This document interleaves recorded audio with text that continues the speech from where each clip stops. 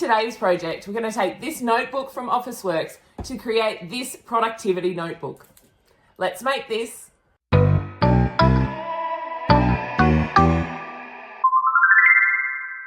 My inspiration for today's project is just to make something look better than it was to begin with. I love the fact that Cricut enables you to be able to personalize just about anything that you own to make it suit your personality, and we're all able to make our colors, our phrases, our names just shine. So you can see here that lots of people have decorated different notebooks in different ways using a Cricut. So I'm going to show you another way. In today's project, we're going to use a standard grip mat, a notebook that I got from Officeworks for $5. We're going to use our KMART iron-on rainbow vinyl.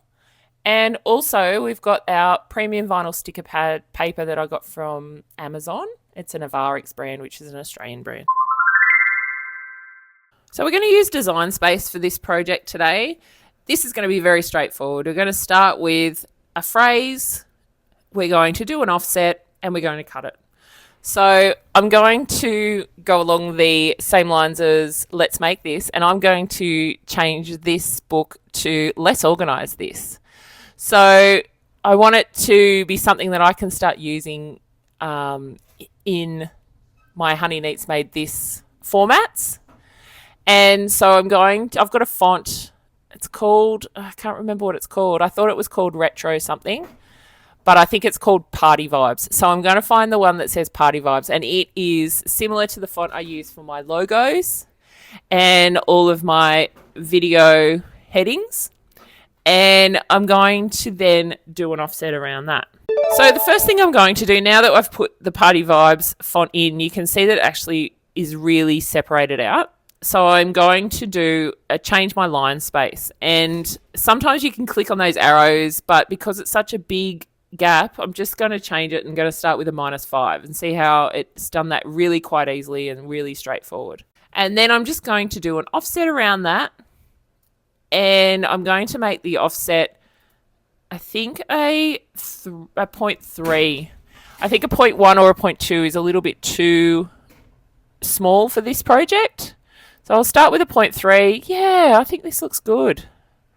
It is a little bit attached down the bottom between organize and this, but I think that works. And then I just wanted to make it a little bit bigger, so I'm going to select both the Let's Organize This and the offset, and I'm going to make it to a size 13 centimeter width. And then all I have to do now is go to Make. So we're just going to do this on an everyday iron-on. So it just needs a fine point blade, and I've got both the Let's Organize This and the offset both on the same mat because we're using similar vinyl. Even though I'm using a rainbow vinyl from KMART, it's quite a thin vinyl, so I don't need anything special. So I've got a white for the background, and I'm using the rainbow vinyl for the Let's Organize This.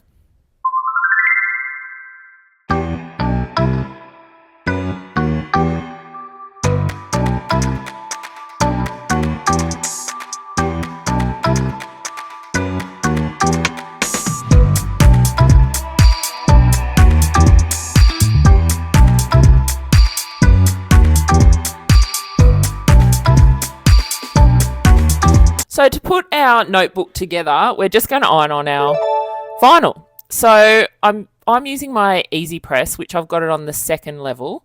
But if you're using an iron, you can use the cotton or linen setting, and you make sure that there's no steam.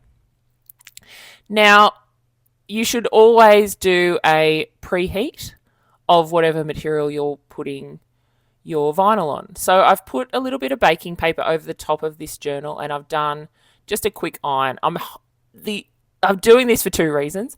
The first is because that's what you should do. But the second reason is because I think that if I don't, I'm worried I'm going to melt it. So I'm just doing a little check, actually. And it's turned out okay. So now it's just a matter of doing the two layers. So I'm going to start with the white layer. Normally I just eyeball it, but because this is on black, I just wanted to make sure. So you can see I've just used a ruler there. And now it's just a matter of doing a few presses. Now you don't want to go too hard on the first one. The reason being that you're going to add more heat once you put the next layer on. So do the basic amount of heating that you can to make sure it sticks. And then we do a little bit of a cool peel. I always thought that you needed to always do a hot peel, but it turns out no. Most of these ones, you want a cooler peel. Now, you can see it's kind of lifting, this white one, but it flattens itself out. So I'm just holding my hand over parts of the vinyl just so it doesn't pull any further. And I think that when I do the next layer of vinyl, it's actually going to level those ones out that haven't fully stuck. But you can see here the mistake I've made, which is I haven't weeded that properly. Oh, what a pain in the neck. I've actually not weeded this properly. There's 3 contours. There's 1 on each line. I didn't even see that. So I'm going to use a little bit of heat. Now I've tried the old heat on the top and that's not really working. Really what you should do, and I'm going to do that now, is you put your iron or your heat press underneath the, see how nicely that comes out? So you put the heat press underneath where you have ironed the vinyl on, and then you hold it there to heat it up, and then you just use your weeding tool to pick it out. But I think I've probably played too much with that first one for that to come out properly. Oh, I'm such a dope. Oh well, that's sometimes you make these mistakes, and the annoying thing is that because you've cut it, you can see the cut lines. So it wouldn't really matter in reality if you'd done it, but because it's got those cut lines there, because it still would have looked cool regardless of if the shapes were in or out. But because the cut lines are there, you can see them, and it's on a black background, so you can really see those lines. Oh, what a bugger. But anyway, that's how you fix that problem. You just do it quicker than I did and do it better than I did. But anyway, let's move on. And now, how good does this rainbow look over the top of that white on the black background? Oh, I'm obsessed with this. All right, so now it's just a matter of ironing on that rainbow HTV. And again, we're doing as much pressure and as much heat as we need, not going over the top, because if you press this, particularly this KMART one, I found that if you press it too much, the glue really does seep out, probably because it's a cheaper one. But yeah, so I'm letting it do another cool down, a cool peel. I'm trying to make sure that that book doesn't warp too much, because that's my other concern, is that the book, because we've heated that cardboard, is going to warp. Oh, but it's come off pretty well. And then I'm just going to do,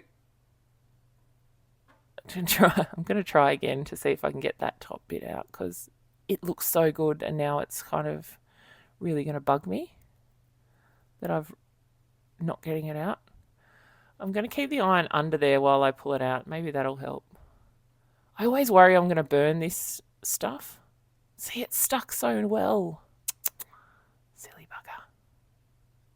And I also don't want to ruin the rest of it by doing too much playing around with it. Even my tweezers don't want to pull it up.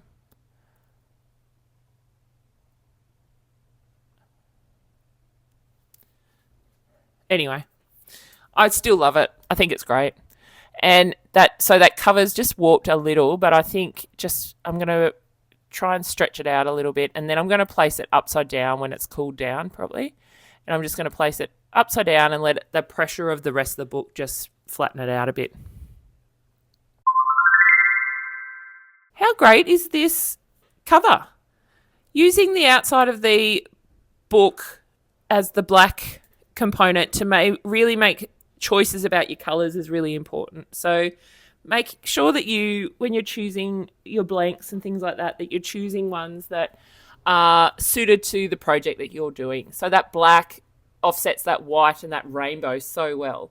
I love it. And I have let it sit upside down for a little while, and it has flattened that front cover out. So there's a little hack for you. This is a great project, very quick, very straightforward. Uses up some of your scrap vinyl, talks about offsets, talks about using HTV on materials that you may not think to use. So I hope you're here next week to see the second part of this, which is actually creating something to put inside of this little Let's Organise This planner. Thanks for watching. Please don't forget, you can always jump on my Instagram, head over to my Etsy store, or even check out the videos YouTube recommends for you down below.